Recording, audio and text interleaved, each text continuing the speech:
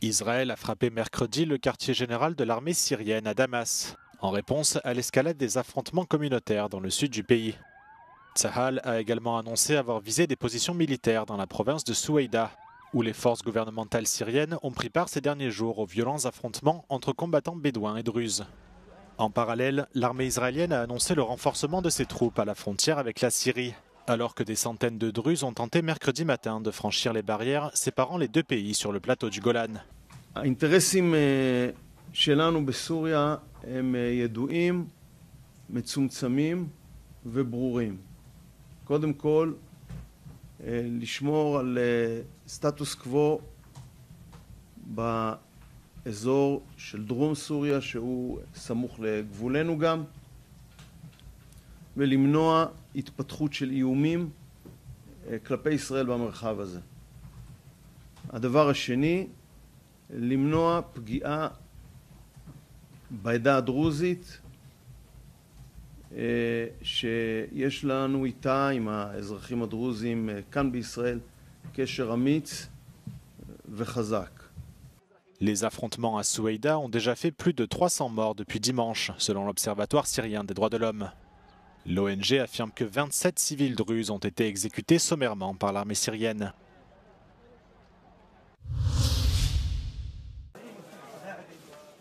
Au moins 20 Palestiniens ont été tués mercredi dans une bousculade sur un site de distribution de nourriture géré par la Fondation humanitaire pour Gaza, la GHF. C'est la première fois que cette organisation, soutenue par Israël et par les États-Unis, reconnaît des violences meurtrières sur l'un de ces sites, bien que de nombreuses ONG fassent état de plusieurs centaines de morts en marge des distributions d'aide depuis le mois de mai. La GHF a déclaré mercredi que 19 personnes ont été piétinées et une autre mortellement poignardée dans un centre d'aide de la ville de Khan Younes dans le sud de l'enclave. L'organisation accuse cependant le Hamas d'en être responsable, en ayant diffusé de fausses informations qui auraient provoqué un mouvement de panique. La GHF n'a toutefois fourni aucune preuve de cette affirmation.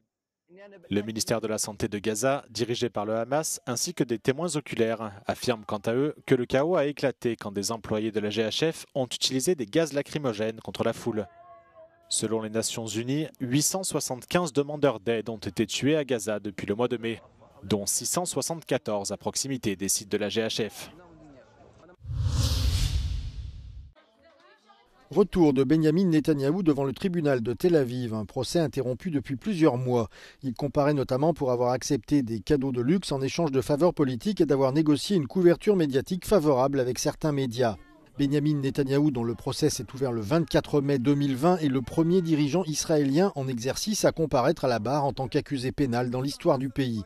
Invité surprise de la matinée, l'ambassadeur américain en Israël, Mike Huckabee, ce dernier a affirmé son soutien aux dirigeants israéliens et ce après que le président Donald Trump a qualifié le procès de chasse aux sorcières contre son plus grand ami.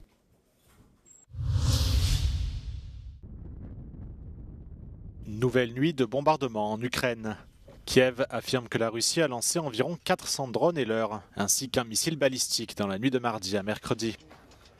Les frappes ont visé plusieurs grandes villes, dont Kharkiv, Odessa, Zaporijjia, ainsi que Kryvyi, la ville natale du président ukrainien Volodymyr Zelensky. Une attaque contre 2 zones résidentielles dans la région de Vinnytsia a blessé au moins 8 personnes, 5 d'entre elles souffrant de graves brûlures et 2 se trouvant toujours dans un état critique. Des dégâts matériels importants ont par ailleurs été signalés dans un village de la région de Kharkiv, ainsi que dans l'oblast de Zaporijjia, qui avait déjà été la cible de plus de 400 frappes mardi. Ces attaques visaient des zones résidentielles et des sites énergétiques selon les autorités. Volodymyr Zelensky affirme que la Russie ne change pas de stratégie et appelle à un renforcement systémique de la défense ukrainienne. La Maison-Blanche a récemment annoncé la livraison prochaine de missiles Patriot à Kiev par l'intermédiaire de l'OTAN. Une annonce que Donald Trump a confirmée en début de semaine lors d'une conférence de presse avec le chef de l'Alliance Mark Rutte à la Maison-Blanche. Le président américain s'est dit très déçu de Vladimir Poutine, après l'avoir exhorté à parvenir à un accord de paix avec l'Ukraine avant le 2 septembre, sous peine de lourdes sanctions commerciales.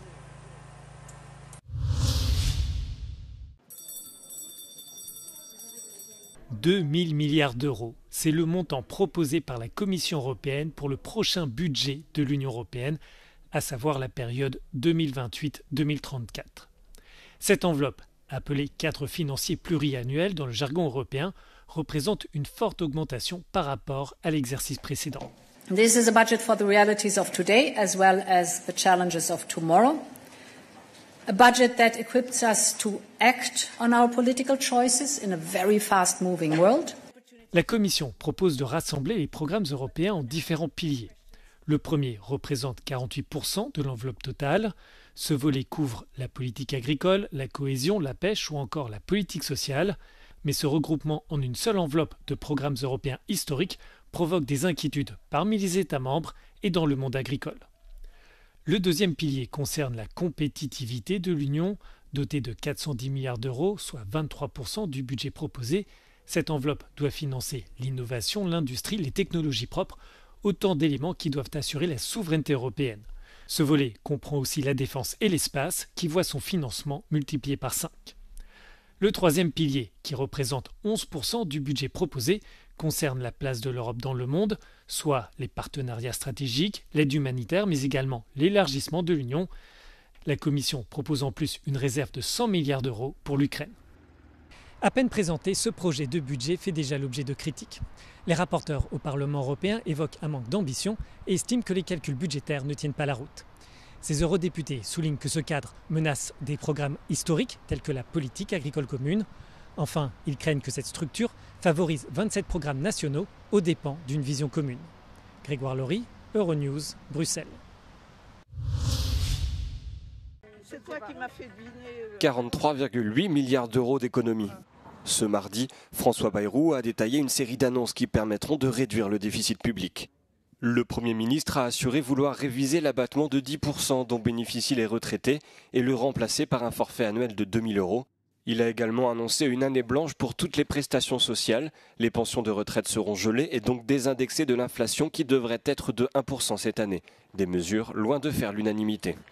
Quand on voit l'inflation de tout le reste à côté, 10 euros en moins, c'est quand même pas rien. 10 euros quand même, ça joue.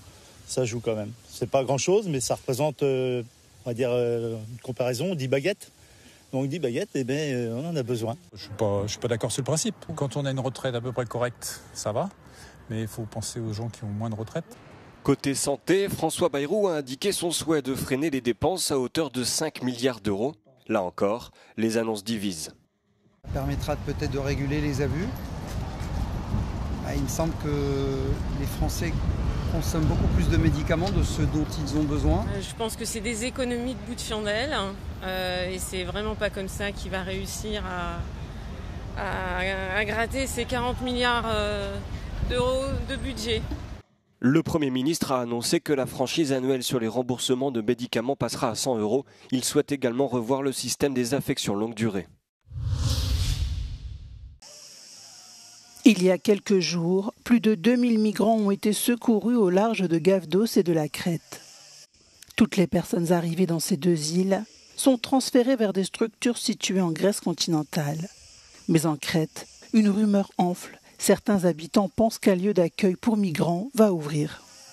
Η επιθυμία μας και η διεκδίκησή μας για το χώρο αυτό είναι να γίνει ένα εκπαιδευτικό και πολιτιστικό κέντρο όπου πραγματικά θα έχει να δώσει πολλά στον τόπο μας. Les habitants et certains dirigeants locaux sont contre toute installation de migrants. Pourtant, aucune information officielle ne fait état d'une quelconque mise en place de structure d'accueil. Selon eux, cette dernière doit être aménagée dans une ancienne base militaire appartenant au ministère de la Défense. Είναι εντελώς ακατάλληλο για να δεχτεί τέτοιες δομές, επειδή πρώτον έχει τουλάχιστον 6-7 χωριά γύρω-γύρω, παιδικές χαρές. Ο τόπος έχει ανάπτυξη εξαιτίας και της κατασκευής του νέου αεροδρομίου. Βρίσκεται δίπλα από το πολεμικό αεροδρόμιο σε απόσταση περίπου 300 μέτρων. Είναι ακατάλληλα τα κτίρια γιατί σχεδόν έχουν εγκρεμιστεί και αυτά που υπάρχουν είναι με ελενίτη, σκεπασμένα, το οποίο είναι και καρκινογόνο. Contrairement aux îles du Nord-Est, comme Lesbos, la Crète et Gavdos ne disposent pas de structures d'accueil appropriées pour accueillir les personnes migrantes.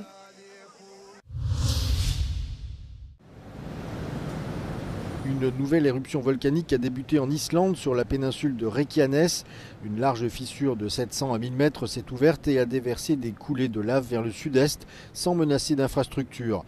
Les autorités ont immédiatement évacué la ville voisine de Grindavik et le complexe touristique du Blue Lagoon. Selon les scientifiques, les données de déformation du sol et les analyses plus profondes suggèrent qu'il s'agit d'un événement relativement localisé et de faible intensité. Le panache de gaz poussé par le vent pourrait impacter le trafic aérien, mais aucun vol n'est pour l'heure concerné. Le système de surveillance de l'Office météorologique islandais reste en alerte maximale, prêt à réagir à toute évolution.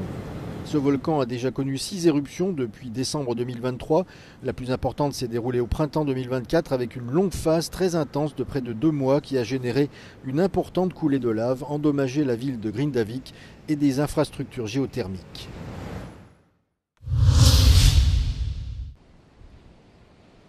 Une canicule marine, c'est le nom de ce phénomène particulièrement rare détecté sur les côtes de la région d'Algarve dans le sud du Portugal.